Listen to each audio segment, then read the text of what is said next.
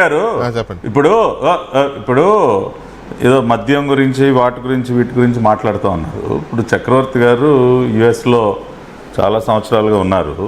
ఇప్పుడు అక్కడ ప్రభుత్వాలు ఏమన్నా పౌరుల దగ్గర నుంచి వసూలు చేయకుండా వాళ్ళ జేబులో డబ్బులు ఏమన్నా ఇస్తా ఉన్నారా?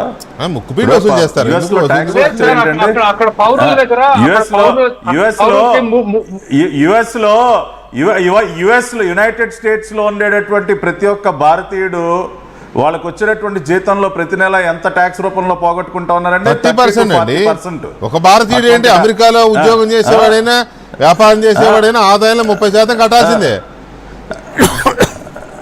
మరి ఇప్పుడు అటువంటి ఆ పరిస్థితి యూకే వెళ్తే 40% భారాలు మనం మోపుతా ఉన్నావా? సో ఇప్పుడు ఒక్కొక్క దేశంలో ఒక్కొక్క రకంగా ఉందండి. అంటే పట్టాభి గారు ఇక్కడ ఒక చిన్న లాజిక్ మిస్ అవుతుంది. భారతదేశంలో ఇక్కడ ఒక చిన్న లాజిక్ మిస్ అవుతున్నాం. కాదు ఇక్కడ ఒక మాట, యుఎస్లో నాకు తెలిసి పన్ను చెల్లించే వాళ్ళు బహుశా దాదాపు 70-80% ఉంటారనుకుంటా. ఒక 20% వీళ్ళు హోమ్లెస్ వాళ్ళు లేకపోతే పని చేయని వాళ్ళు ఇట్లా వీళ్ళు ఉంటారేమో, కానీ ఆల్మోస్ట్ 70-80% ఉంటారనుకుంటా నేను, సబ్జెక్ట్ టు కరెక్షన్. అంతేనా చక్రవర్తి గారు? దాదాపు 80-90% పే చేస్తారు. 80-90% పన్ను కడతారు. వేరాజ్ ఇండియాలో అండి 3% ఇండియాలో ట్యాక్స్ పేయర్స్ 3% కట్టే ట్యాక్స్ పేయర్స్ కట్టే సొమ్ముని పెరుగుతుంది 1.5 నుంచి 3కి వచ్చింది. పోనీ 5 అనుకోండి. 5% ట్యాక్స్ పేయర్స్ కట్టే పన్ను ఆదాయాన్ని 95% పీపుల్కి పెడుతున్నాయి ప్రభుత్వాలు. పెట్టొద్దని కూడా కాదండి, పెట్టొచ్చు. దానికంటూ ఒక limit. Gross misrepresentation sir, gross misrepresentation. I tell you why. ఇప్పుడు ఆదాయం పన్ను ఒకటే పన్ను కాదు సార్. మీరు కారు కొంటే కారులో 10 లక్షల కారులో 4 లక్షల పన్ను. వినండి, అమెరికాలో లేదు. మీరు లీటర్ పెట్రోల్ పోస్తే 100 రూపాయలకి 50 రూపాయల పన్ను ఏంటండి? అసలు దుర్మార్గం అది. సిమెంట్ మీద 28% అమెరికాలో లేదు.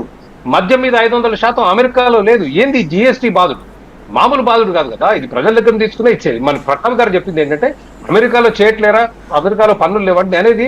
అమెరికాలో ఈ 3 ఉచిత సిలిండర్లు, మహిళలకు 18 సంవత్సరాలు దాటి నెలకు 1500 డబ్బులు, ఇట్లా అసలు అర్థం పర్థం లేని లేవండి అక్కడ. అసలు ఇది పాఠాలు వద్దు సార్. చక్రవర్తి గారు మాకు అమెరికా పాఠాలు వద్దు. మా India is a welfare state. మాకు తెలిసి ఇక్కడ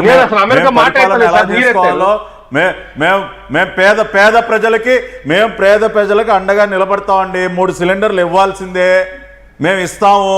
ఇవ్వటం మాకు తెలుసు. రాష్ట్రానికి ఆదాయం పెంచడం ఎలాగో తెలుసు, రాష్ట్రానికి సంపద సృష్టించడం ఏంటో మాకు తెలుసు.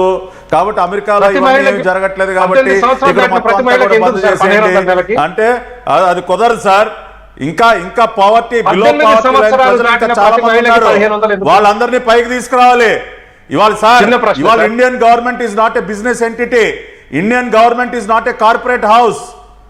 India is remain welfare state. కాబట్టి ఈ పాశ్చాత్య దేశాలు సింగపూర్, యునైటెడ్ స్టేట్స్ లో మన పక్కన చైనా 1980s లో చైనా మనకంటే బీద దేశం సార్. చైనా మనకంటే బీద దేశం. ఇంకా మనమన్నా సోషలిస్ట్ వాళ్ళు కమ్యూనిస్ట్ దేశం. చైనాలో unemployment still look at the unemployment in China. Look at the unemployment in China today. ఎన్ని కంపెనీలు మూతపడతా ఉన్నాయి చైనాలో మీకు తెలుసా? ఇవాళ మీడియాని ఎందుకు ఎంటర్ చేయనిట్లా చైనాలోకి? ఇవాళ మీడియా బ్యాన్ చేశారు చైనాలో. ఎందుకంటే ఉన్నటువంటి కఠోర